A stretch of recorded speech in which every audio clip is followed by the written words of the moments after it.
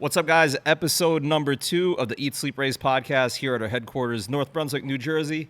We've got our guest here today, Rolando Blanco, DP Race Parts. You like DP Race Parts or Dynamic Performance? DP Race Parts is fine. All right. And becoming a regular on the show now, Ricky Silva, CLM Motorsports, and my partner, Hugo. And let's get to it. Got some questions for you, Rolando. As a owner and founder of a performance shop, mainly focusing on Honda and Acuras, right? That's correct. We do a little bit of everything, but yeah, most likely Hondas. What is your favorite thing about owning a performance shop? Well, what we do, I kind of like what we do, so that's my favorite part. That You're doing what you love. Exactly. That's cool. And doing this for 15 years, I mean, there's got to be some hurdles, some challenges of owning the shop. What would you say is a memorable challenge, one that like you'll never forget? So many, but it's kind of tough to pick on one. Well, I mean, go for it. List them out. I'm very curious to hear of like some of the hurdles or challenges that you've had to go through in the experience of building race cars. I mean, one of the most critical would be like learn how to deal with customers. Okay, customer service side of things. Yes, that would be one of the best ones because, I'm a kind of, I'm a short-tempered, so I hear you. I have to learn the good way how to take care of people because, at that point, you work for them. And then I can imagine because I think my partners can attest to gaining and learning how to increase your tolerance, Yes. being better at customer service. Ricky is on the customer side of things as well. Coming from two different points of views here. How long have you been a mechanic for, Ricky? I worked at CLM part-time since about 2005, 2006, I want to say. Oh, that's right around when you founded Yeah. DP, right? Yeah, we find it right after them. Yeah, so I used to do that part-time. Then I also, we started full-time there about 7 years ago. But I also was a dealer mechanic for 13 years. So I kind of I would deal with a lot of customers there. So Would you say that's one of the biggest challenges as well? Is that something like for all mechanics? Actually, Hugo's a trained mechanic as well. Is that something all you guys would agree on? especially if, like from the dealer side, if you had a service writer that wasn't very good at what they were doing, a lot of times they would just push them off onto the tech and be like, hey, just explain it to them. So a lot of times you kind of had to deal with both. At one point, I was even like a team leader there, so I had a group of guys that I had to oversee. Right. So I would end up having to, wear both hats, wear the tech and also do like the customer service side of things. But, I agree with what Rolando said. Sometimes just managing the customer expectation and even just, the customer service side of things. Sometimes guys, you got to look at it like they come in, they spend, if they're spending 10 grand or they're spending 100 grand to whoever it is, it's a lot of money. And, they sometimes have higher expectations than what they're, been getting. So sometimes you just got to manage that. And even just getting the, just the communication thing is big a lot of times because, guys will come in, you quote them one thing, and then all of a sudden it's like, oh, yeah, I want to add this and this and this and this. And they keep moving that goalpost on you. I'm one of those, huh? Yes. So you know how it is, but they'll start moving the goalpost on you. And then by the end of the build, the build has now doubled. And you're like, oh, man, but that's not what you quoted me. It's like, yeah, but we also did all this additional stuff. So, just kind of being on top of that aspect of things sometimes is a little bit tough. And knowing how to say no. There's definitely, you got to know how to say no. Honestly, Ricky knows how to say no. Because actually, this CRX right here, Ricky and CLM no CRXs in our shop. have done quite a few things to this car. And I'll actually attest to that. I was that customer that I dropped it off for one thing, and then I'll text Ricky 2 days later, like, hey, by the way, could you also do this? And he's like, bro, we agreed to doing this. I got a whole lineup of customers, and you got to bring it back. And what else could I say to that? I got to say, yeah, okay, schedule me for another day. At times you deal with that. The other thing is, sometimes guys come in, everyone's last minute with everything. So you get guys that come in, oh, hey, I need this done. I need it yesterday. And it's like, hey, like that doesn't work. Like I got 10 guys waiting to come in that have been waiting for a long time. I'm sure Rolando could attest to that. Like a lot of the shops in this area are super busy. You know, it's a very densely populated area of import performance. And, you know, it's one of those things. It's a good problem to have when I was you going can to say, be that's a selective. good thing, right? Yeah, Yeah. We're lucky enough to be in a good part of the country where racing for us is so high level that we are so crazy busy that we can keep up. You no matter what shop you go Yeah. around the area, they all busy. They all tell you like for a part or to get the car in. We are at the point that we cannot get a car.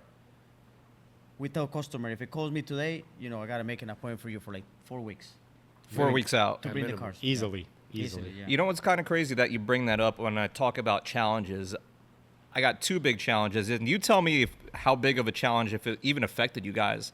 One of them is because we are so local to Raceway Park, which is, you know, a legendary track that stopped and closed down drag racing, which is, you know, kind of both of your guys' business. When that track closed down, oh man, how many years ago has that closed down? 4 or 5 years? 2017, 2018. So when that track closed, did it really affect your business? Because I thought it would affect a lot of the local shops. Did it? I don't think so because you know we're lucky enough to have ACO. Right. It's like a little bit farther away from us, but I don't think It didn't really impact the business. Not a lot. I think a lot of the guys that used to go to the track just ended up starting to street race more. And honestly, So I think it ramped that up, or guys just that were on the verge of being more of a race car versus more of a street car, either transitioned back to being more of a street car. We had guys do that, or we had guys that just made the commitment, like, hey, you know what? I got to get a truck, I got to get a trailer because now the closest track is Atco. You know, it's an hour and a half, it's 2 hours away. So you had a lot of guys that did that. But as far as hurting business, honestly, I don't think that really made a difference. Honestly, I'll even tell you the truth. I'm sure Rolando could probably agree. COVID didn't make a difference either. No, we were so busy. Yeah. It was crazy. Yeah, COVID, I think everyone was home. Everyone had extra money to spend. It got to a point where, you know, all those projects that were sitting at home, not getting touched, were starting to get finished. You know, we were hearing from customers that we haven't heard from in 2-3 years, like, hey, you know, bringing my car back out, you know. So I think that definitely helped. And honestly, it's been kind of on an upswing from there, to tell you the truth. Probably the only challenge that you guys dealt with was getting parts during COVID then, huh? I heard there was like a shortage or you had to wait a long time. Oh, yeah. There's a lot of shortages and most likely like engine parts. But still, is that still happening today? A little, very little. I mean, we're getting back to normal again, but it's I think most places are like ramped up, yeah. catching up with all the production. Yeah, a lot of places are caught up. You still see a little bit of lead time. Basically, guys are, you know, when COVID hit, production got shut down, but the demand went up because everyone was working on their cars. So then when they opened back up, there was such a backlog, and then materials were hard to get. So some stuff is not as bad, but I remember at one point it was like 12 weeks to get a set of pistons. Yeah. You know? So actually, Rolando, being on the fabrication side of things where you're actually making parts that people want to order, did the demand spike through the roof and it was hard to, you know, meet with the demand? And how far back did that put you back? Absolutely, because you know at some point we couldn't even get clamps from Bribran or piping or Your raw material, you couldn't even get it. Chrome Ali was tough to get, so we have to. Expensive too. Yes, so what we did was we just bought enough so we have, in case you know, expecting some jobs is gonna come in, and then we have enough to kind of get us through it. But it was definitely challenging. Would you say because of COVID, business is better now than it's ever been? I don't know how to explain it, but yeah, it's been definitely Busy. busy. Yes. I got a good question for you guys. You know, both of you guys having your own shops, having your own businesses. How important is it for you guys to give out your personal numbers to your customers? Is that something that you guys do or you stay away from? Because No, I don't. Well, depends on the customer. If it's like a long-term customer, yeah, which more friend than customer at that right, point, right, yes. right. But I actually just got a cell phone for a shop. You need that. I think that's necessary because Yes. So I know friends. You know, I have a lot of friends in different shops, whether it's all race performance shops, but you know, leading up to big races, you know, the weeks to come, you know, their phones stay blowing up. the biggest problem is that people think just because they got time, we are in the same spot. Yeah, yeah, yeah. So you guys are on the Sundays, same. You guys are on the same time. call them Sundays or texting Sundays or asking a question on Sundays. Yeah. Like I got to the point that I don't even answer after Saturday, 4 o'clock when I'm done. I don't even answer more Instagram, Facebook, or nothing until Monday because, you know, I mean, we got lives too. Like we Time like to management. relax and the stuff. time and management, I think, is a big thing. So, but yeah, I just got a shop for cell phone, so people can ask me whatever they want, and I actually leave the phone at the shop. And when I go back in the morning, I check it or whatever, and then same thing on Mondays. I think that comes along with the growth of the business, though, because for a shop starting out, guys starting out, you're grinding it out. You're working 24 hours a day, 7 days a week. Like, whatever comes your way, I'll take it. Yep. But thankfully, you're in a position now in which you can take off on Sundays. That's a luxury to you guys, right? Absolutely. Yeah, that's the thing. You just kind of got to build that. You know, you can't be a victim of your own of things you create. Basically, like, you know, if you start answering these guys on a Sunday, now they always expect it.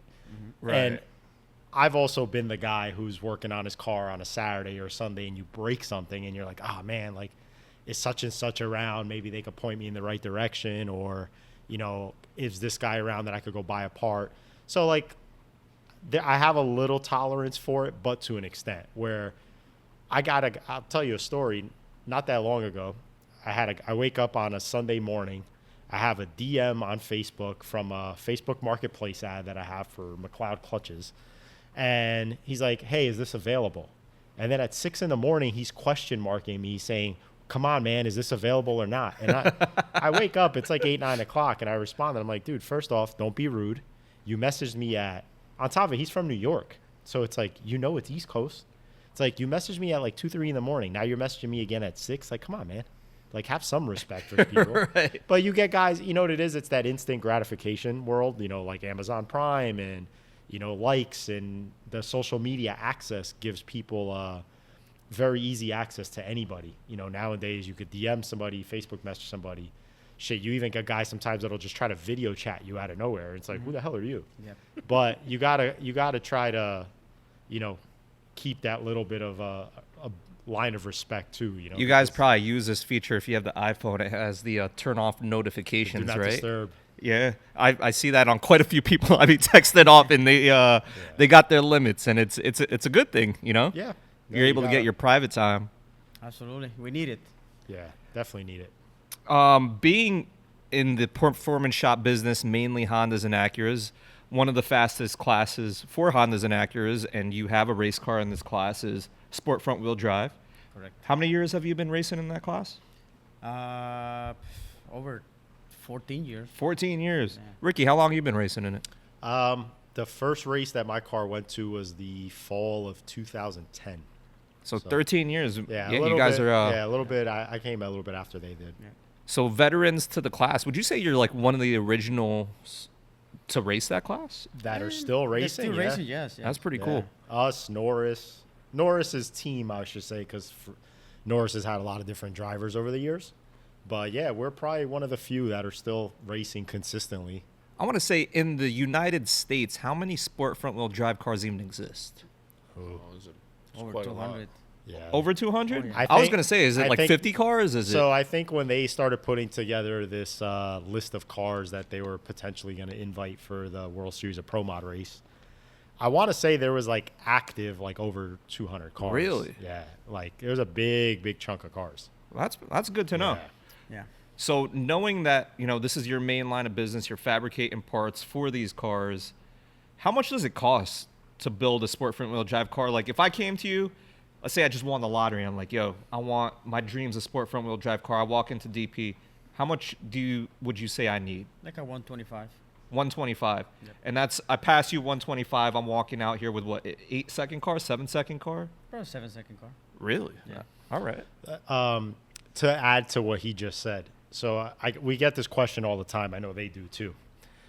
What I usually tell customers is there's a difference between racing sport front wheel drive and competing in sport front wheel drive. Mm-hmm. Racing sport front wheel drive means you're going to show up, you're going to race. If it breaks, you're going to put it on the trailer, you're going to crack a beer, and you're hanging out with your friends. So that's 125 just to get the car A and running car. Running car, yes. maybe make one That's pass. not competing, yes. That's not competing. So how much do you need in the bank to run a A weekend, a race. Yeah, let's compare a race to a season. I mean, to get the car ready from the shop is 125, and you need a spare trans, spare engine, spare tires. Spare everything. axles, So two what- sets of wheels. Would you say safely you need another 10 in the No, Real- more 30. Yeah, Another 30. Realistically, if you came and said, "Hey, I have a chassis and I want to build a car," and you want to compete, where by compete I mean you want spare parts, you want the tires, you want your tuner at the track, you're going to be probably close to 200 grand all Yeah, said and done. easy. Easily. Do you have customers that come to the shop like that? Yeah, we just built a black coupe. Yeah. For a customer Yeah. who just first- said he's like, first time out was seven seconds. get out of here. Yeah. Oh, so this is a realistic question that I'm asking. Somebody yeah. just walked in and was like, I want a 7-second car. Well, it wasn't 7 second. Where we, he didn't ask to be a 7 second, but obviously he wanted it was going to be competitive- fast. a But competitive car. we even surprised ourselves. Second pass on the car. Get within out of 7 here. seconds. Man, good for him. Yeah, that weekend for you I guys. even told Rolando, I was like, man, Yep. I was like, that's like the storybook weekend right there. Yeah. That I was was like, it Pan came Am. out first time out, car ran hard, and it's like it did good. From him walking into the shop, dropping the bag, how long did it take for him to get on the track? It almost took us a year to finish it. 'Cause 1 we're year, so busy. okay. That's Yeah, why. that's the realistic timeline. Realistic, yeah. okay. That's because if we would have been focused just on that car, we would have done it faster. But dude, we got a line of cars before that one. That car came to the shop to do a 10-point and the transmission, and then it ended up being a full build. full build all front-wheel out. drive car. Yeah. Oh, so he didn't plan, like he didn't walk into your shop and say like, I want an 8-second car and here's the bag. It's just gonna be like 10-second car, 1050 index, and And it let's just go have kept some fun. escalating. Yep. Start moving the goalpost. That's it. But the difference here is they accepted it. Yeah. Like, Yeah. okay, all right, I'll take it. So, note to self, if you're trying to get an 7-second sport front wheel drive car at any of these performance shops, make sure you're coming in ready to spend at least 200. And if you want your car sooner than a year, make sure you got even more than 200 we because can- we can do it could the get rush. done. Yeah. We can do For the reverse right price. delivery. There's the Yeah. expedite fee. Yeah. Absolutely. That's pretty cool. So, knowing how many cars, I mean, in the 15 years that you've been in business, how many sport front wheel drive cars have come out of your shop? Like, that you guys built? I gotta say probably 10 plus. And I don't know exactly the number, but 10 plus. 10 cars. Yeah.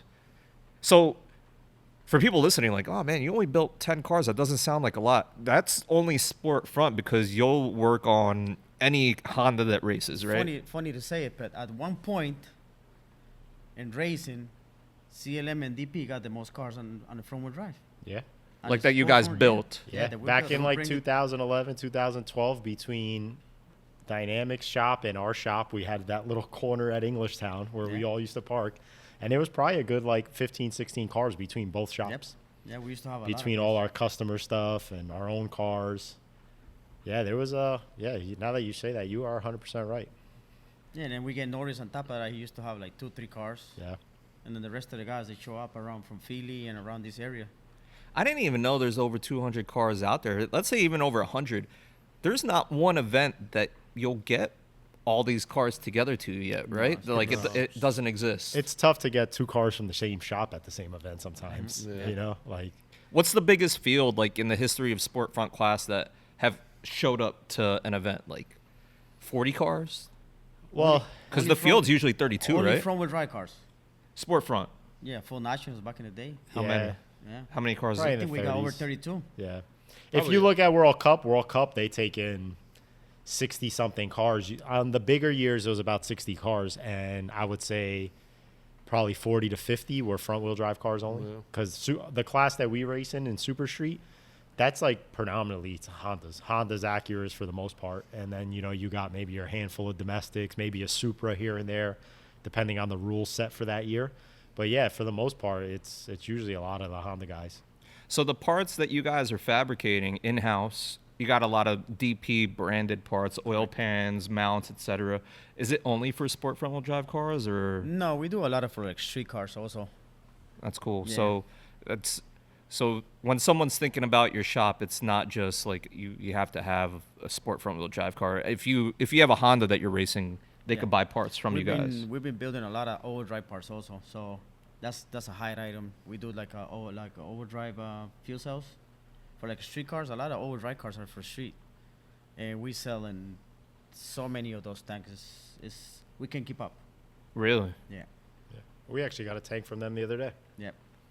They're pretty fun. They're nice. We build two. I mean, some people want just one. It's 5 gallons, and then we do the other side, so you can carry 10 gallons of fuel. So is the bigger part of the business now, because originally when you started, it was just bring in cars, we wrench on them, and that's how we make money. And then you grew into making the parts Correct. that you're installing. At the point of the business that you are now, 15 years, what's the bigger side of the business? Is it the fabricating the parts, or is it still working on the cars? Both. So it's kind of 50-50. Yes. And then we add the little parts here and there, and Like selling parts, Correct. you're saying. yeah. What would you say is the biggest challenge of running a shop? The biggest challenge is just keep the same amount of money come in every month. Keep the Because- cash flow. Yes, because Cash flow is the some biggest months problem. are super busy, some months are slow, and I got employees, I got to pay them, and I got to pay myself. How many guys you got working at your shop now? Right now we're 5. And on the employee side, is it do you find that it's hard to find like good help? Oh yeah, we've been looking for fabricator for almost 4 years now. So Alan's the Alan only is the the main fabricator, yes. Do you have other fabricators now? or- Yeah, now I got somebody else, Christopher Canela. Okay. Yeah, he also owned that Red Integra. But it took you a long time. It took us a long time. Actually, we've kind of forced him to be fabricator. So now that's what he's doing now. He's a really good mechanic too. I see it on Instagram too. Like Alan, who's also just became a dad like 2 weeks ago. Yes, Congrats correct. to Alan. But I see he gets to the shop 5 a.m. and he's on the welder. Yeah, he don't stop. Only stop to eat, and unless somebody call him or something, or I need him for something, he stops. That guy is He's a constantly machine. on the welding. He don't have to deal with the customer service. No, end. he doesn't. No. He just straight work and get stuff done. So are you the main customer service guy? Like if somebody wants to do Correct. something at DP, you're the one Yeah, they got to talk to? I'm the one I gotta talk to. So heads up, if you're trying to call DP, make sure you're having a good day. Don't call Rolando on a bad day because No, I'm okay. it's I'm better now. It's oh, good. Yeah, I'm absolutely different now. I know you go to the gym a lot. Is that Yeah. that helped? Yep, that helps a lot. That I left all my stress in there. That's good. That's good. If you watch Rolando's, check out his "What do you do for a living" video on our Instagram. I didn't even get to ask Rolando, and he's flexing on us already. I said, "Oh man, was funny. That was that's how funny. you know Rolando been in the gym. That's what he's thinking about all the time. He's Yep, that's it. We got to send them to go work out with Hugo over here. Yeah. the powerlifting guys over here, No, big no, weight, I'm- fast cars, and lifting weight. That's cool. Okay, so we just spoke about some fast cars. We all just came from an event in Florida where there were a lot of fast cars, and this weather in New Jersey is a whole lot different than what we had in Florida Oh, last yeah. week.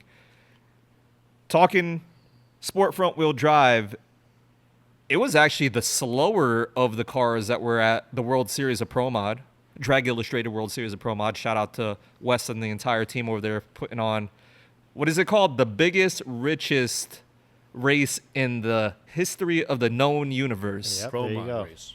Pro Mod race, $100,000 payout to the winner. One winner of the Pro Mod race got Went 100 to grand. good old Canada. Yeah. And you guys, for the sport front class was 20. 20K.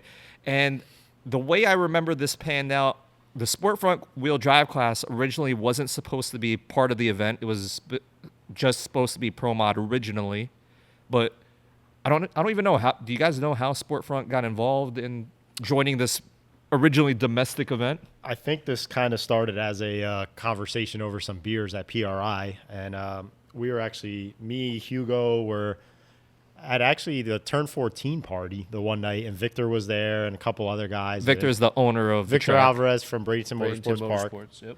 He was there, and he was kind of like, hey, we're doing this Pro Mod race. He was like, do you think we can get like 20 sport front cars to come down, and if I get them to add the class? And my opinion, I was like, I think you have 20 sport front cars in Florida alone if you really wanted it. So he's like, all right, let me go talk to a couple people and see what happens. So then, like, this was, I think, Friday night. On Saturday night, we were all actually at the JW with the guys from Drag Illustrated, and Wes was there. And I remember, like, kind of throwing it out there, like, hey, so what are we going to see some front wheel drive cars at the World Series? And he was just like, yeah, we are. And I'm like Oh. for real? And he's like, yeah. So then I text Victor. I'm like, hey, like, is this thing a go? And he's like, I don't know. He hasn't said nothing yet. And then, a couple days later, then the ball started rolling. Like, all right, they People started put- getting the phone calls. yeah, they put together a little group chat to try to gauge interest, see who was definitely down to go. And then probably about like 3-4 weeks later, we started actually getting the invite letters sent out to us. And yeah, it was one of those things where again, it wasn't just like the pro mod side. It wasn't the 25 fastest cars in the class. They will tell you straight up it wasn't that. But they wanted 25 of they wanted diversity. They wanted to have different engine combinations, different tuners, different parts of the country. So they got a little bit of everything there. So there was a good mix of cars. It was definitely a fast field. It was a tough field because, everyone was trying to, there's 20 grand on the line. So guys are really trying to push their stuff to One winner too, right? Just Yeah, one person, that's 20 it. grand. One check was cut, nothing else. So this was real open-minded of the Drag Illustrated guys to take, originally an entirely domestic event and throw some imports to it. From what I know, is this the first time imports were mixed together with, typically small tire, big tire cars? Like, this is kind of their show and you guys are just showing up there? Yeah, World Cup, Jason Miller's World Cup event is usually it's an import versus domestic Right. race, but this was a predominantly domestic event. And And you guys show up. you know what it is? It's, Vic has always said that. So Vic has other big events at Bradenton. They have the Snowbirds, they have the U.S. Street Nationals. Those are all big outlaw, drag radial, big tire, pro mod events, right? But he says, he's like, I can't get my guys from the Snowbirds to come to FL2K, which FL2K is like a import / supercar. They have, twin turbo Lambos and R8s, roll racing, drag racing. They have a little bit of everything. He's like, I can't get my guys from the Snowbirds or U.S. Street Nationals to go to FL2K, just like I can't get my fans from FL2K to go to the U.S. Street Nationals. He's like, if we can just get like a percentage of those guys to go to the other race, he's like, It'd be a massive event. it'll be a massive event. Plus, it'll open up the eyes. Like, you're going to go and you're going to be like, oh, man, this was cool. I'm going to bring my friends next time. So him and Wes both have the same vision of trying to, like, cross-pollinate the import and the domestic guys at the same events. I know a couple of years ago, Wes the Drag Illustrated guys did what was called the Door Slammer Nationals in Orlando. And that was just pro mod and pro stock. And they did an invite only for like a handful of the pro import, pro rear wheel drive guys. And they said it. They're like, dude, like the energy there with those guys was unbelievable. And they're like, we need more of that. So that was kind of their ultimate vision, is like, we need to try to get everyone together, And, I like that. And that was, I think, a good thing. Depending on who you ask, some guys were happy that we were there. Some guys weren't. But from my experience, between fans, just other racers, like every time we pulled to the lanes, there was groups of people around our cars, their car. Everyone's there. They're asking questions like, hey, why are your tires on the wrong side? How much power does this thing make? Why is this thing crackling and popping on the starting line? Like, what is it doing? Even the pro mod guys were coming over like, man, these things are cool. How much power does it make? Like, what tire pressure do you guys run? And it was just, they were genuinely interested in what we were doing. So I think it was a good event. I think it was positive on all ends. And honestly, for us, being able to race on a stage with cars like that was, it's unbelievable. You guys are gonna be on TV, maybe a little snippet. Maybe. Yeah. Maybe. You know what I mean? I saw that, right? They're going to air this race on CBS at some point? CBS Yeah, Sports, so they have a deal with CBS Sports. To the extent of what's going to be on there, I'm not 100% sure. If I would guess, I'm pretty sure they're going to. It's going to be predominantly pro mod based, and then they, I would think that they may do like the final rounds of the other classes, depending on what That was a time very allotment. interesting final race for your class. So we'll save that for the people to Yeah, figure out on yeah. their own who won that race. But that was a very. That was a perfect example of. You don't have What- to be the fastest guy. No, both those cars were damn fast. But that was a perfect example of you're going to do whatever it takes to win the money. That's right. So That's we right. would have, me and him would have done the same thing Absolutely. if we were up there. We've done it before, put it that way, So we were actually talking about it before. You need about 200 grand to get a sport front wheel drive car. program, a whole race Program, and then probably per race you need if you're going down from Jersey to Florida, what do you say? You need at least 10 grand, Nah, it's not that much. 5 grand? I mean, just 10 grand just to be safe. In just case you break something some stuff.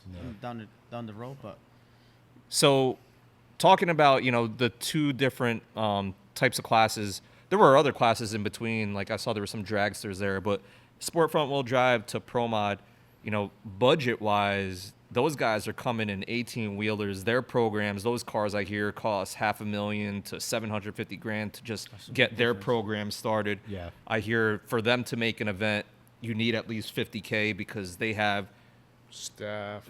whole fleet, like literally a whole Motors. staff, and Yeah. apparently these motors are $200,000 each. Yeah, you're gonna spend. So, not that long ago, there's the guys from Proline Racing down in Georgia. They supply a lot of people with engines. They build a lot of cars.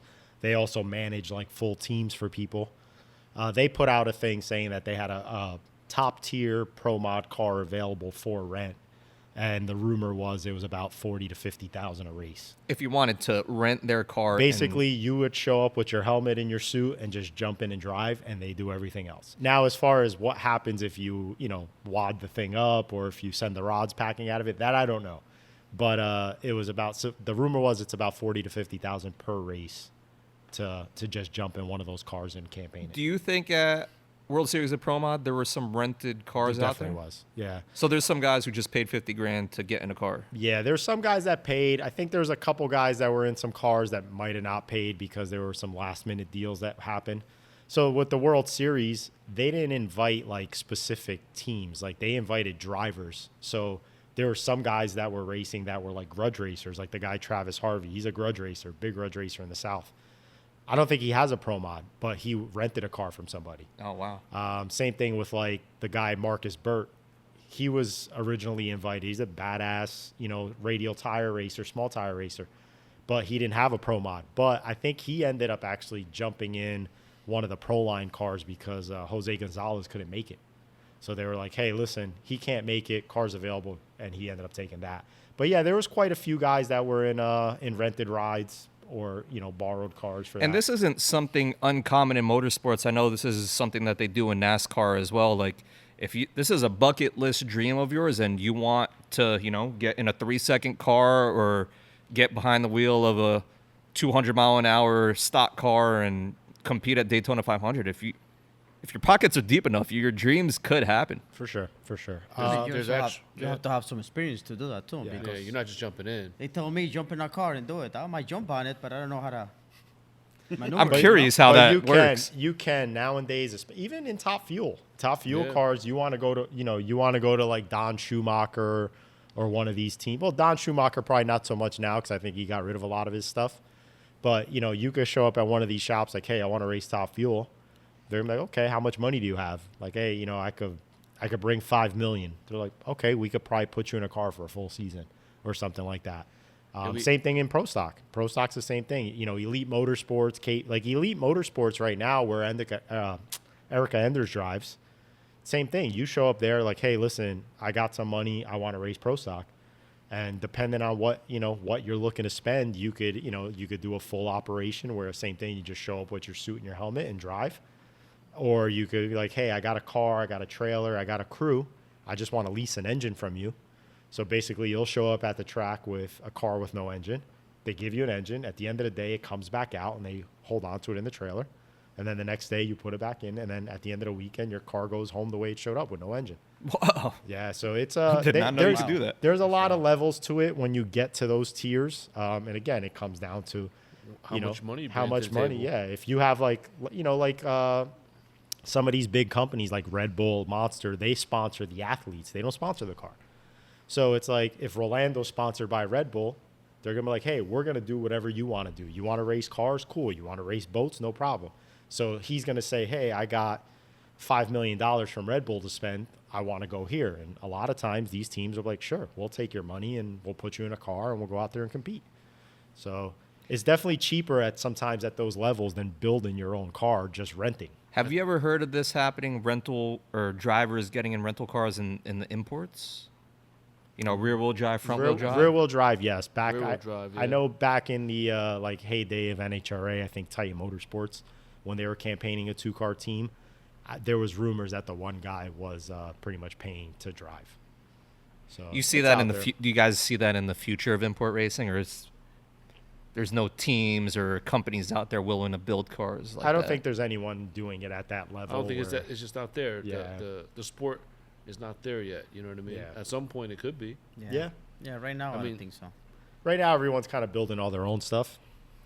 Hey, idea for DP. If you got some extra time down the road to build an extra sport front-wheel drive car. We've actually, when that post came around on Facebook about them renting that Pro Mod, me and Cunha actually were talking about it. Like, man, like, what do you think it would cost for like a weekend? Like, basically the same thing. Like, we'll bring the car to the track, we'll trailer it there, we'll set it up, we'll crew on it, we'll tune it. You just jump in and drive it. And at the end of the weekend, we take the car home, we do the maintenance on it, and at the next event, it's back there again.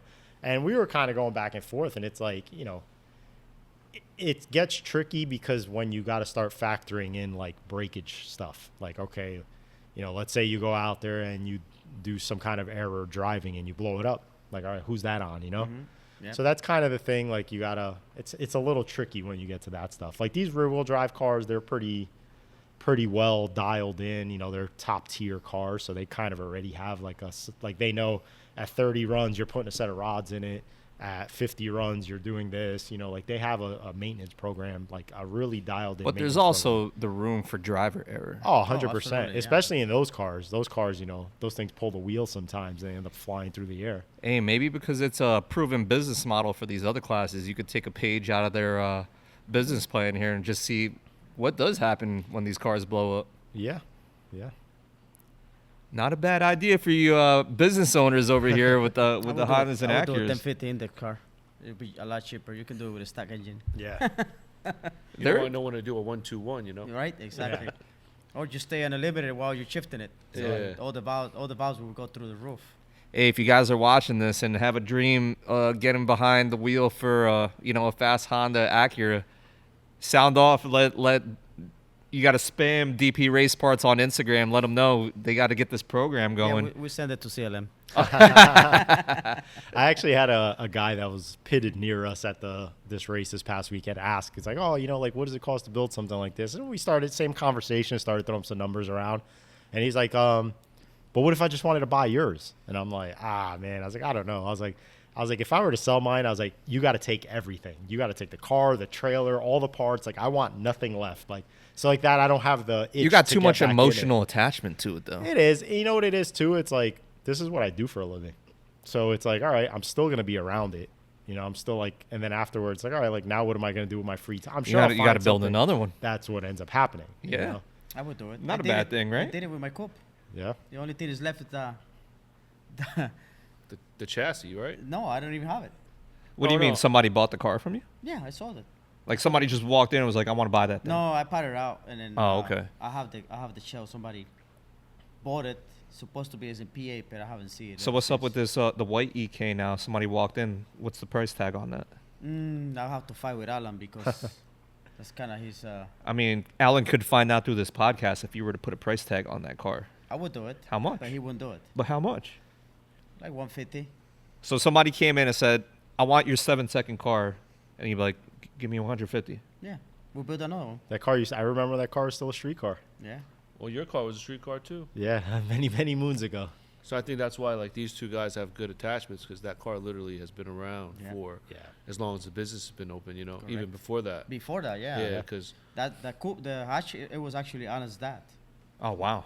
yeah, Yeah, I he used remember to seeing those drive it, both your around. cars. English Town testing tunes. Wednesdays and Fridays. Yeah. Local events. So if you want a It's tough. 7-second EK hatchback B series, hit up DP Race Parts on Instagram. If you got 150 grand, you can make it happen. Car's proven. How many times they run 7s? A bunch of times. See? Do they get some track support with that too for the 150? Yeah, we can. One or For two that, events. For that One price, ri- yeah. Yeah, it we was can. A couple days. All right, so now I'm gonna put Ricky on the hot seat right here. Put a price tag on that car of yours. I don't. I've actually had a couple like serious people ask me, and I don't know if I would want to. Just put the price tags. Everybody got It a would- number. It would have to be like 200. No, it wouldn't be that much. Realistically, knowing with some of these other cars that have gotten sold in the past for it, and these are like top tier cars, I would say probably like 100 for like everything though. Like I want take it all. You know, like I don't want nothing left behind. And Ricky's is a deal, yo. That sounds like a steal right now. So somebody could Rolando's walk in. is the I don't want to sell it price. Yep, exactly. That's what I was gonna say. Okay, okay. So Ricky's price, $100,000. Trailer, everything. Cars ran 8.0. Yeah, won 801 last weekend. So you could get an 8-second flat car for $100,000. You walk into CLM Motorsports in Woodbridge with the blank check. Don't even need the blank check. No, you got to no, be no. the check Cash, written out. cash, Oh, cash, cash. yeah. Okay. No checks. So if it's the check, it's got to be 130 or something like that. Checks, no checks. No checks, no credit. It could So be they a gotta- certified check. Certified check. They got to works. walk in with the duffel bags Yeah. with $100K in it, and they could take a whole race program. You're saying? Yeah, I would probably, for that price, I would probably let it go. But honestly, it's Would you like build another one right after? See, that's the He problem. has to is- ask Ashley, though. He That's- can't even say, I'm going to let it go. You No, gotta spend a lot more. A lot more. Ashley, if it came down to the race car or the motorcycle, she'd say get rid of the race car. But she definitely enjoys it too. She was actually pretty bummed out that she wasn't able. And to come Ashley's with us his to wife, Florida. by the way. Yes, pregnant wife. I love you, babe. So she was kind of bummed out she didn't get to come with us last weekend, but you know she's been a big part of our team. She kind of keeps everyone in check, keeps us fed. You know, she's like the crew chief, as like we like to call her, and keeps everyone in check and in line, so like that. You know, So- keeps the operation running. Rolando actually said it. He's like, if you sold the car for $100,000, if you wanted to build a new one, you'd actually spend more You have money. to put another 50 on top. Yeah. Easy. And that's honestly like we kind of had a conversation like this at the track where you know a couple guys were saying that they could build it for less than that. It would be tough to build, like even me doing everything myself, no labor, not paying for any labor. It would still be tough. But the other thing is too is both our cars have kind of come the same route where they started off as street cars and then they've evolved and changes and changes and changes. Where right now, if we were to go build a car, we would build it better than what our cars are now because we've already learned a lot. And our Yeah. cars have seen so many iterations and changes to them over the years where, you know, like he knows because he actually gave me some advice over the winter where my car wasn't very cut up. And, you know, last year we were at FL2K and he's like, oh man, like you could take a lot of weight out of this thing. You know, let me know when you're ready. I'll give you some ideas and stuff. So we talked over the winter and I took I got like 50 pounds out of the car from the driver's seat back. And I'm like, man, like this would be so much easier if there was no roll cage in the car. Like if you were to start from scratch with a blank canvas, you could just do so much more because it's getting to a point where like back when we first started, the class wasn't as crazy as it is now, where now you have to have a purpose-built car to be able to compete. And that's where some of these cars, like perfect example of like a purpose-built car is Kevin's car from Florida, Chaplin's son. That thing's a killer. That thing runs 780s, 790s everywhere it goes. But that car was a purpose-built, basically race car. Like if you look at it on the inside, that thing is like a skin on top of a roll cage. So is that why you price your car at $100 because you kind of do want somebody to buy it so you can do a purpose built? Realistically, I don't think anyone would buy it.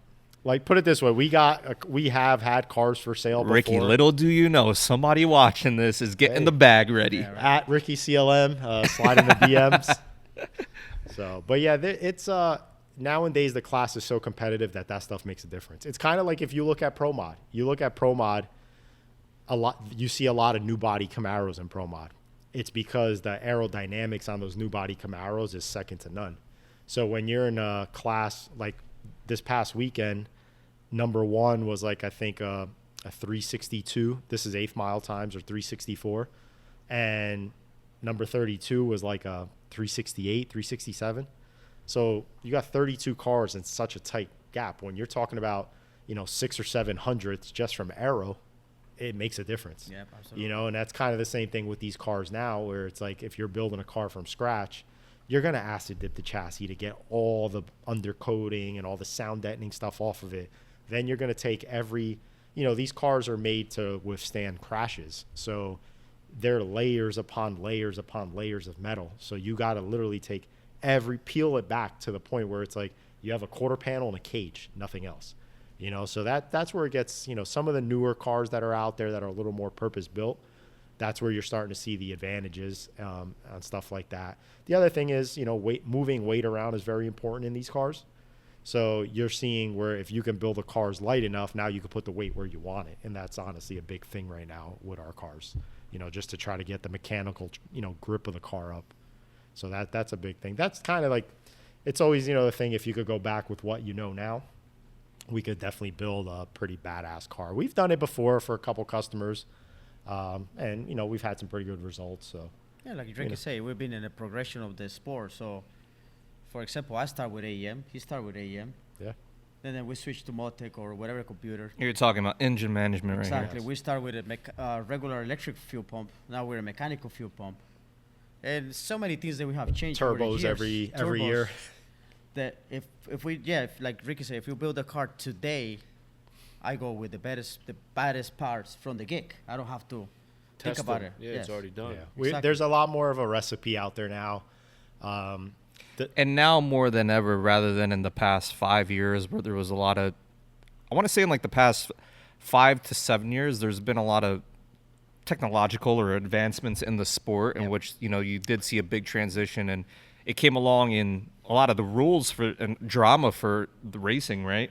Because every time a new part was invented, came along with rules had to adjust. And The biggest thing in the last, I would say, 5 to 7 years has been the turbo technology.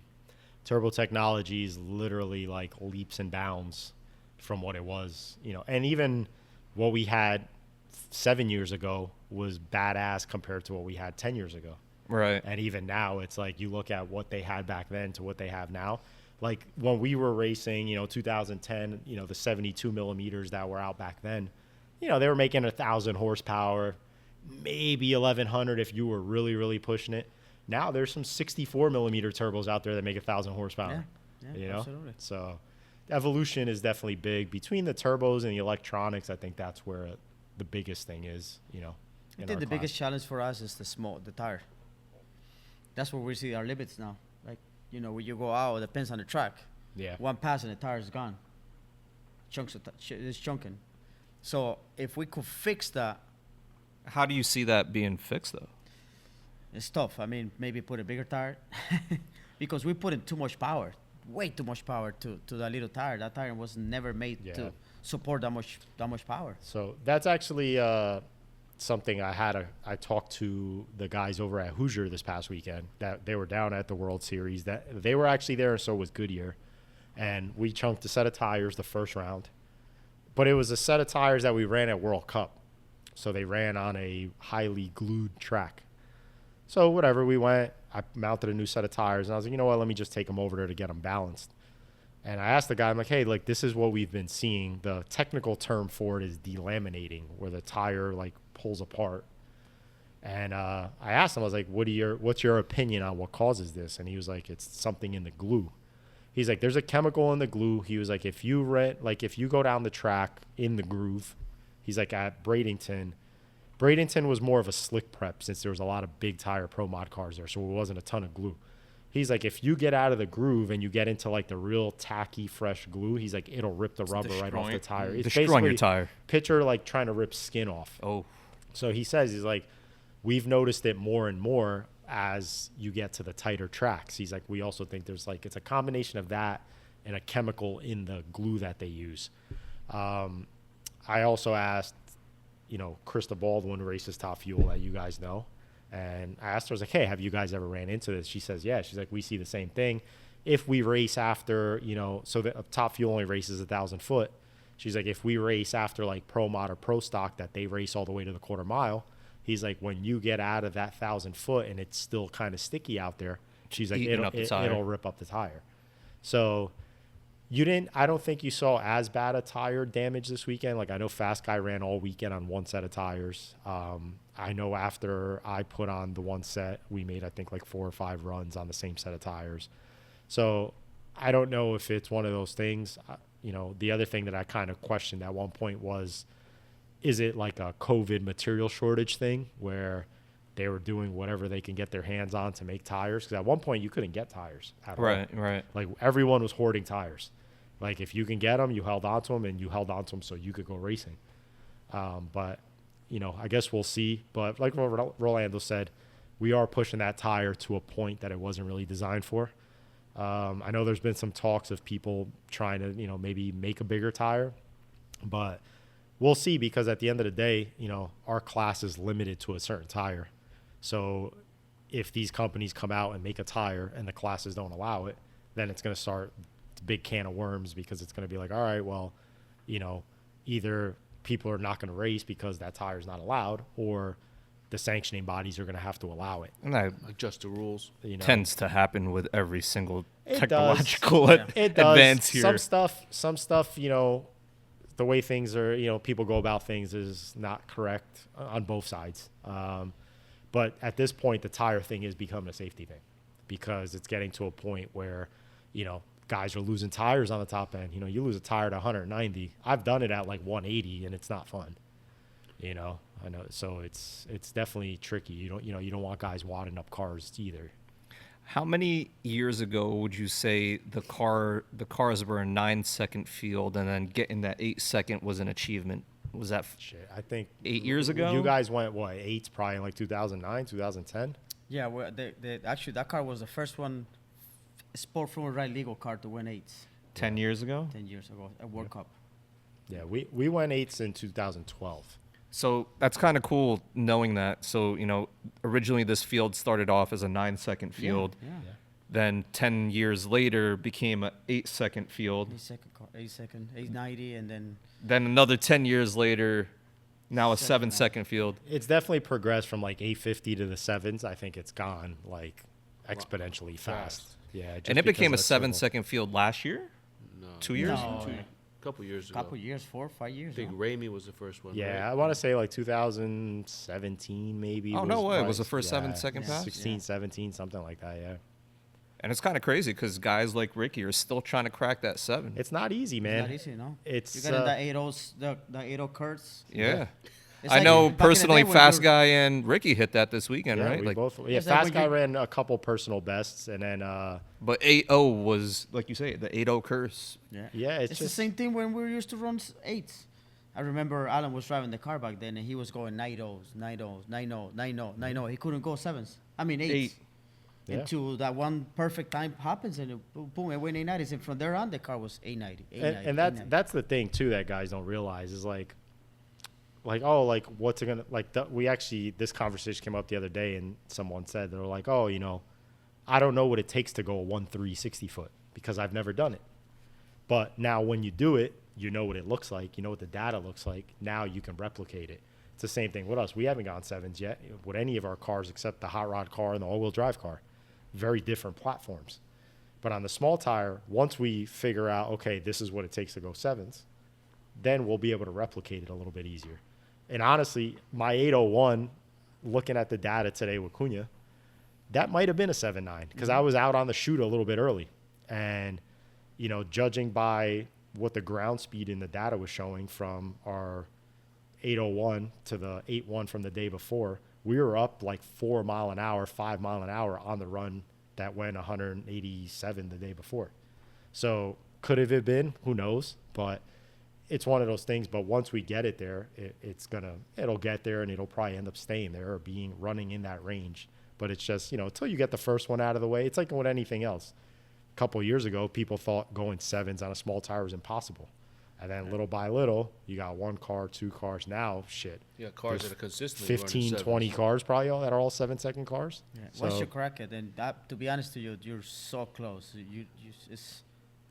Now, it's just a 1% on a 60 foot, and yeah, it will make it and happen. that's it. that's Yeah. it. Now, for you guys, especially running sport front, what do you think? I feel like sometimes in that class, everyone just wants to run that fastest time, and instead of, that fastest time might be great for qualifying or for maybe one round, but if you can't go rounds, you're not going to win the race. So, Absolutely. what do you guys think is like a sweet spot for that class to run? And be competitive so that you can go rounds and not Side by have to, side racing. blow up the motor. 80790. Yeah. That's the perfect run. pretty much. If you can keep a consistent like 8.0 bracket car, you could definitely win races for sure. The thing is, a lot of guys' mentalities are a little bit, messed up when it comes to racing. Now there's a lot of glorification on just the home run shot. You know, everyone wants to go knock one out the park, blast a number, but they'll go and burn it to the ground, blast the number first round, and they win, but now they can't make second round. So that's never good either. You know, my mentality has always been play the long game in the sense of like, I want to go win races. You know, yes, do we want to go fast? Absolutely. That's what we're all here for. But to me, I could go out there, I could go 750 today.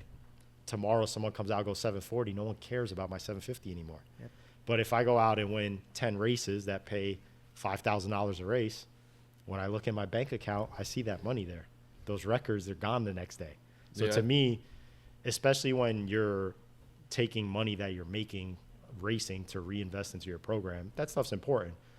There's guys out there, and you see it all the time. There's a reason why there's guys that come out, run fast, and then you don't see them again because it gets super expensive and it's out of control.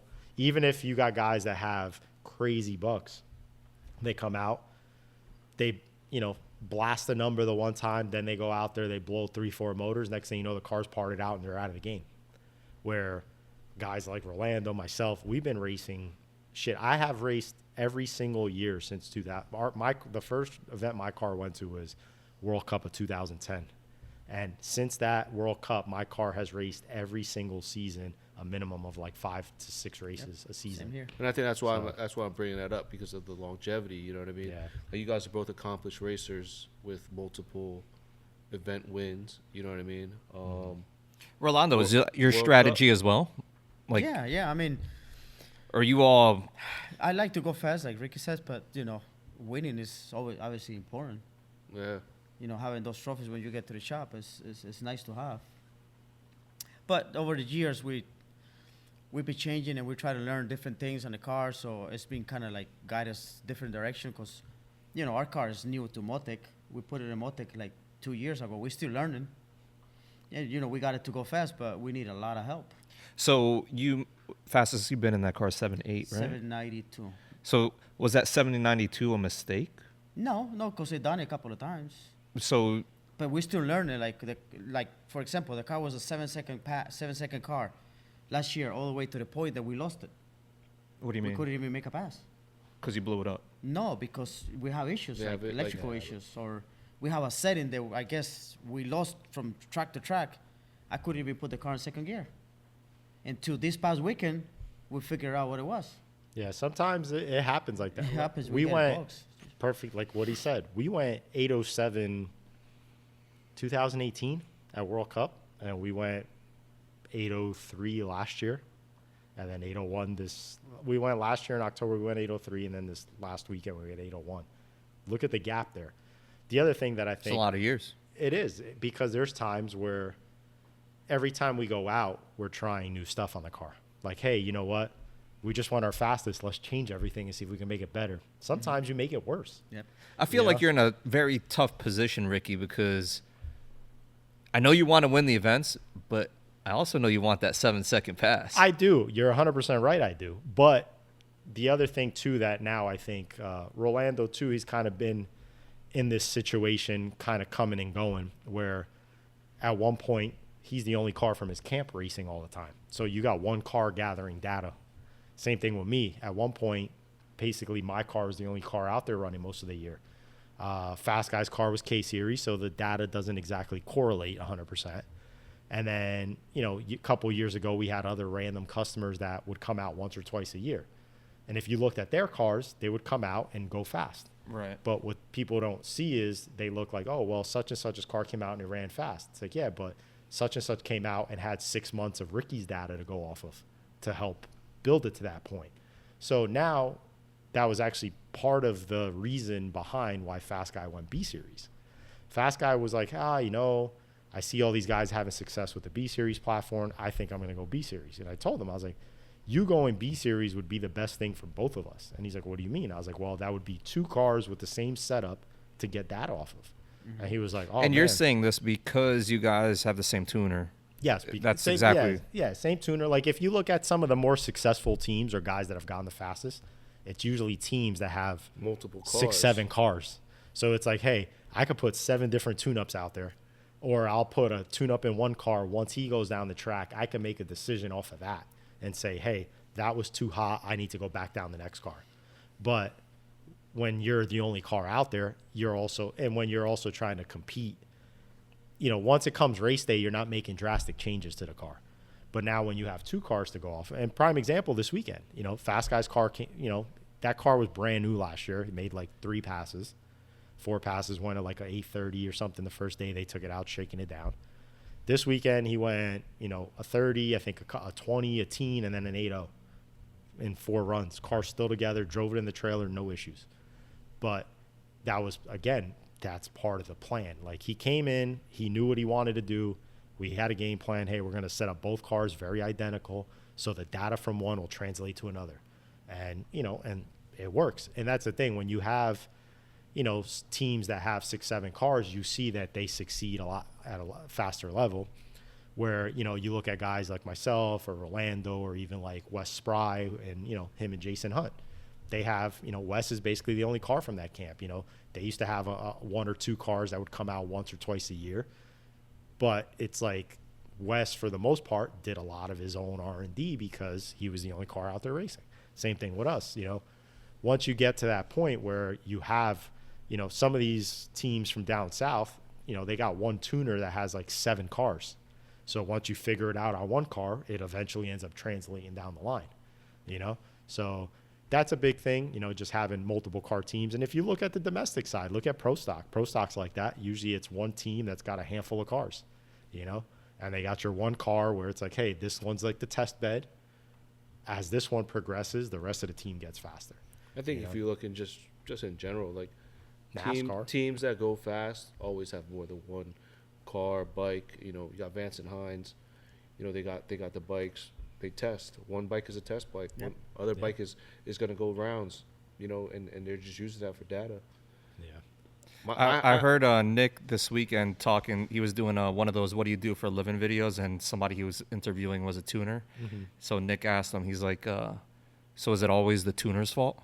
And he Always was the like, tuner's "Yes, fault." it's always the tuner's fault." It's funny hearing that from the tuner. It's the tuner's fault when it goes fast, and it's the tuner's fault when it blows up. Yep. So Who tunes your cars? I don't. Oh. So that's one of the parts that it took us. It's been taking us the most to progress on a class because Alan, we wanted to have In-house fabricator, in-house tuner. Yes, we don't want to rely on people. and he wasn't Because, a tuner. Before was Starting, Felix. yes. And Felix still mess with the car. And then, we need to go to dyno. We go to his dyno, and he help us and stuff. But when we switched to Motec, Randy helped us because he knows the Motec. RS Tech, Randy. Yes, he knows it a lot. And then he So- taught Alan? Yeah, he helped us. He still help us. But Alan, on Infinity time, when Felix start racing, we can't depend on nobody. We need to go race, and who was there to tune the car? So Alan was like, I'm taking over. Yeah. And This that's is why he actually don't- a good topic to bring up because, man, for me, looking at what the tuners are doing, it's a foreign language. It's like me trying to learn, Portuguese or something right now. It's like, I don't know. I'm learning from scratch. And that's why Alan was like, I'm not going to try no more. Did Alan have an idea, or he was like, this is likes learning it. a new Yeah, language to him? No, he likes it a little bit, but it was like new for him. It's intimidating. Yeah. It's So, something totally different. and he's like, you drive, and I get the laptop. There had to be some blown motors in between him learning here. Pretty sure, yeah. we have some issues here and there. And then, still today, we still have issues that he's learning, but he's very meticulous. If you go to a racetrack and you see him with the computer, he sits in a computer for hours, the whole entire seat time that we have. So I got a for- question here for somebody watching here, and they want to be a tuner. Clearly, Alan knows where to start. Where do you start if you want to learn how to tune cars on Motec or AEM? Like, what do you? Is there a class that you go to? You can. Yes, you can. You There's a can go to lot of classes. classes out there now. Like, I'm a nobody. I'm foreign language to me. I want to be a tuner. There's a class yeah. I go to be a tuner. Yes, absolutely. Yeah, What's the name of this class? Well, there's a couple different. There's EFI University's one. That's actually like more in person. Is this like a 6-week course? Is this They one have- day? EFI University has all kinds of stuff, and then there's High Performance Academy. They're all like online based, where you could do like modules at your own pace, and they have everything from like the very, very basics. Like, all right, here's a 4-stroke engine and how it works. And here's what input sensors do and what output sensors, or actuators do. And here's how, like, You know this anyone all who took works. this class? Oh, I've paid. I have one of those courses. Just, you know what it is? It's some of the stuff is super basic. And when you're, for like guys like us that have been doing it for a long time, it's like, all right, like, all this stuff. But then there's like those little tiny things that you'll get from some of that stuff, like just certain different ways of approaching problems. And honestly, at the level that we're at with our cars, once you do like the fuel injection tuning, like on the dyno, like get the car up and running and the air fuels are correct, you're not really touching that stuff at the track. What's considered more tuning at the track now is what like the power management side of things, where it's like, all right, how much boost does it need in first gear? How much traction control does it need in first gear?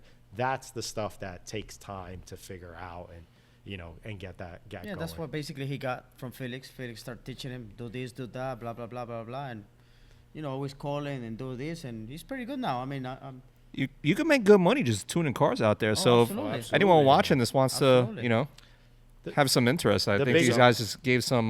The biggest thing I always tell people is like, listen, if you really want to get into it, like tune your own car. Like get a stock car, put a S300 on it, an AEM on it, and just learn the fundamentals. Like basically like, all right, the car, there's an ignition timing number that it needs, but why does it need that number? You get guys that sometimes want to learn how to tune cars, but they don't want to learn. They just like, oh, tell me what number to put there. Like, but there's a You don't even reason know why why- that you don't even number know is there. why it's They there. don't know why that number's there. And then when something blows up, they're like, they don't know why. And that's the biggest thing. 99% of tuning is solving problems, because a lot of times when these cars show up, they don't run right because it's not tuning related. It's because something else is like the map sensor's wrong on input or backwards. something, yeah. Like You something got your like wires that. crossed. Yeah, to be a tuner, you need to understand how the engine works, knows a little bit of wiring, Yeah. and knows your numbers on the computer. Yeah. and like to solve problems. Yes. I think If you don't like to solve problems, don't try to be a tuner. No, No. definitely I not. think the funny thing is, like back in the day, when everyone started running some type of engine management that was like, outside of a Power Data. FC or something like that, Yeah. I think CLM was one of the first people that, like you said, start working on your own cars. Yeah. Cunha was working on his own. Yeah. Cunha started. Cunha's cars are running. It's like, Yeah. where'd this car come from out of nowhere? Yeah. And it's Cunha bought a consistently kicking Yeah. everybody's ass. Cunha bought an AEM V1 just for his own car and driving up figured and it out. down 22, doing pulls. Ripping How it. many years ago was that? That was probably like 2003, 2002. Man, look at that. Proof in the pudding. 20 years later, Yeah. a very recognized, Same thing with Felix, accredited. you Yeah, know? same thing. I mean, Felix, tuners guys- Felix built is the life probably out of about this. the same age, maybe a little bit older than Cunha, even though everyone, Felix is Felix old. is old. Felix is older He's a than vampire. Dirk. He's a 55. vampire. Man, why you guys put him under the bus like that? But Felix was around too for a long time, back in like the Excel DFI Felix is watching days. this like, those motherfuckers. Yeah, he's 55. But it's funny because Cunha was my guy to go for transmissions. Yeah, see, like, Yeah. but And that's kind as of far crazy. as- So you're saying Alan's only 2 years into tuning cars, and he's tuning. No, it's a little bit more. A little bit more because he was messing with the coupe Okay. back then. You know what? While we were talking, I'm looking. That's the coupe right there. Yeah, exactly. Nick, you gotta get B-roll of this. That's actually the DP the coupe. That's our backdrop right over here. Yep. So like, as far as like now when they were talking about like engine management, how far do you think the sport advanced or like took off after switching to Motec? Because for a long time it was AEM. AEM Yeah. and some guys were still running Honda, but I mean AEM seemed to have like a good grip on the Honda and front-wheel drive car has been. I don't think it hasn't been a car with Honda and a front-wheel drive for like. Well, I'm just saying 10 that. years, I'm just saying that's where it right? progressed from. Like, Well, Yeah, fast, Honda, fast front wheel and drive. then Honda. But it's and then crazy went you down say to that because we were just having this conversation at the shop. On the race car level, he's right. But street cars, nowadays, we were talking about it the other day. Like, I can't tell you when's the last time we tuned a street car with AEM. Everything is Honda now on street cars. But when it gets to a point that you need, like, more of the bells and whistles of engine management, like you need traction control, you need good boost control, you need two steps. And There's stuff. levels to this. Oh, yeah. That's when the engine. That's when your AEMs, your Motecs, your Fuel Techs, Haltech, whatever's ever. Because the out price there. tag comes along with Correct. Absolutely. it. Absolutely. Right? That's You're ultimately it. You're paying for those features. Yeah, Like when yeah. you buy a Motec, you buy a brand new Motec. The M800 when they came out, they're like $6,000-$7,000, and you get the box. But now, let's say you want to do drive-by-wire. That's an option. So now you call Motec. They're like, okay, you got to send us $500, and we're going to give you a password. You punch the password in, it unlocks a drive-by-wire. Because like that, they can give you a box that's capable of a lot of different things, but then you're only paying for what you need. So that was the thing. Like okay. those advances, definitely helped. But nowadays there's tons of stuff out there. The electronics for sure have come a long way. And even the biggest thing now is the flexibility of with the Motec that Rolando runs, the M1 series. If they're like, hey, you know what? We want this feature to do this weird control strategy. They could call Motec and say, hey, this is what we want to do. Can you add it? And they'll add it to the software. So where years ago you couldn't get that. Like some stuff the old Motecs, you could kind of build some special tables based off of whatever you wanted. But nowadays it's a little bit more involved, but you can do a lot of crazy control strategies with the stuff that's out there. You guys only tune your cars? Huh? You guys only tune your cars, or is Yeah. that? Because at CLM, you could be anybody and go to Yeah, CLM to yeah. get tuned. Yeah, we offer tuning is one of the services we offer. We do dyno tuning just about every day of the week. But as of right now, you guys only do Yeah, we your cars. don't have time for that. So that's why we don't offer it. You need to hire more people. I don't think Alan wants to get to it, but Okay. he's holding back a little bit. I tell him just go for it. In time, It's a headache. Yeah. Tuning race cars is a headache. Tuning street cars is not bad because the street car guys, you tune them, they go down the road. 99% of the time, you're not going to see that car again until they come back to the shop after they change something and they want to retune. The race car stuff, you're going to tune it. Now this guy wants you to go to the track with him. He wants you to pull logs. He wants you to, look at data, make changes. When things aren't going well, you're the one getting blamed. Yep. When things are going great, everyone's happy. But then when it's hey, why is the car slow? It's like, well, you're not shifting it correctly. You didn't stay on the two-step long enough. So it's like the race car thing's a little bit more involved. Sometimes it's, we've gotten to a point where we won't tune race car, we won't tune sport front cars unless it's a car we're building, for the simple fact that, everyone likes to build stuff differently. We have, our package that we know works and what we like to do things a certain way. I want this oriented a certain way. Something as simple as this harness needs to be routed a certain way. So we'll only tune cars that we build. But we build engines and transmissions for cars from everybody. But when it comes to the tuning side of things, Cunha's at the point where he's like, it's just not worth it. He's like, I'd rather go to the track, one or two guys, not be bothered. He's like, it's a little bit more enjoyable that day. Rolando can attest those years when we had 10 and 15 cars. How many times we'd pull into the pit and there's 5 or 6 cars over there waiting for Felix or for Cunha. Yeah. This guy's leaking oil in front of your pit. It just gets to a point where it was it wasn't enjoyable. All right, this guy had issues. I'm going to go see him first, look at his car, next car. Next thing you know, you just ran through the entire pit and it's time to go back up and you haven't had a minute to sit down. I'm curious, how's that work from a race car driver owner point of view? Am I paying the tuner for the weekend? It depends. Yeah. It's just yeah. a different deal that you what set you up. have worked Yeah. out. It depends. If it's one of those things where all right, let's say you're going to some race in the middle of nowhere and you want your tuner to go with you. Yeah, you're probably going to have to pay for him to go, pay for his time, his travel expenses, stuff like that. Now, if it's a race like this past weekend at World Series of Pro Mod, there's a lot of tuners there that are tuning 6 and 7 cars. So at that point, they probably all right, guys, here's what it's going to cost for the weekend. Each of you guys got to give me X amount of money, and then you guys got to split my expenses for the weekend, But it depends, if it's a car that we built, something like that, then we'll kind of work in the track support into the tuning costs or part of the build. So you got to It's on a get an okay case-by-case from business. Cunha if you sell this car for $100,000. What kind of package Cunha is going to provide? Yeah, I don't know. I don't know. I don't can't know speak for him on that one. I don't think he'll go with that package. You know what it is too is that $100,000 does not include the tuner. Tuning, no. you know what it is. It's every tuner will tell you probably the same.